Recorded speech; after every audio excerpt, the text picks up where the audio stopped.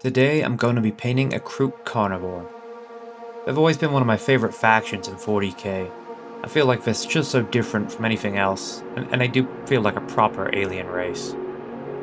I wanted to do a paint scheme in a more muted down tone, like kind of an earthy tone, while still feeling alive.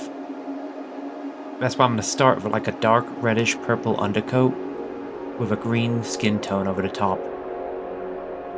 So the Kroot are from this jungle planet called Pech. It's made of dense forests with a lot of predators, so it's survival of the fittest.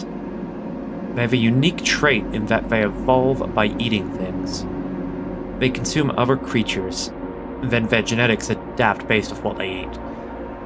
So like if a tribe of Kroot eats a bunch of strong, fast animals, their descendants are stronger and faster, and their physical characteristics also change.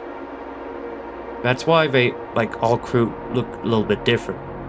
Each tribe kind of customizes itself over time based on what it hunts, which I think is pretty awesome, and it makes them really unique. That's why you can also paint them whatever color you want, since depending on what world they are on and what they eat, they will evolve to look all kinds of ways. You can see that in how they build their gear too. The armor is this mix of bone, hide, and scrap metal. It all feels really handmade. This miniature is supposed to be the leader of the squad. I like how he's pointing forward with his knife, and he's got his gun by his side. You can really put a story in your head while painting this. You know, like, I like to imagine him in a squad in like various situations in my head as I'm painting. And, you know, where they've been in the battlefields in the past and where they've fought in. That's also why I like to paint these guys in a more muted tone. You know, thinking about their allies, the Tau Empire being like flashy and technologically advanced, you know, clean, I think it's a good clash. Lore-wise, the Kroot work for the Tau as kind of like a hired muscle and mercenaries.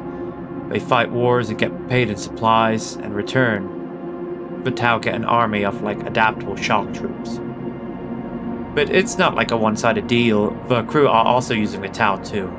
You know, everywhere they go to war, on some new world, they get to eat and evolve from like whatever is there and whatever creatures they're fighting. The Kroot originally joined the Tau as allies and mercenaries before the Tau started the interstellar empire.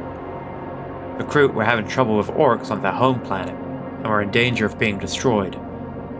The Tau basically said, if we help you fight, you can help us fight, and we'll also share technologies.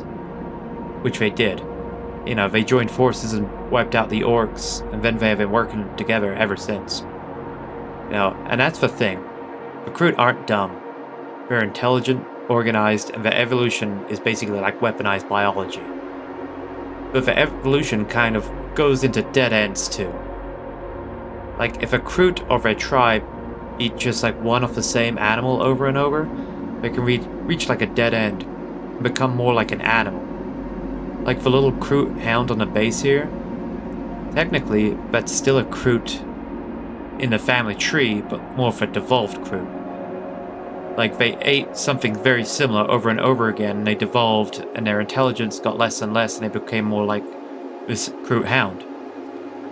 You know, but in the 40k universe, they aren't too complex either. No politics or gods or worship. They just do their own thing and survive. There we go. That's one Kroot Carnivore done. I've put him on a desert style base because I think it matches with his color scheme, and it also adds to the story I built up in my head for him. If you enjoyed this mix of painting and Warhammer lore, like and subscribe for the next chapter.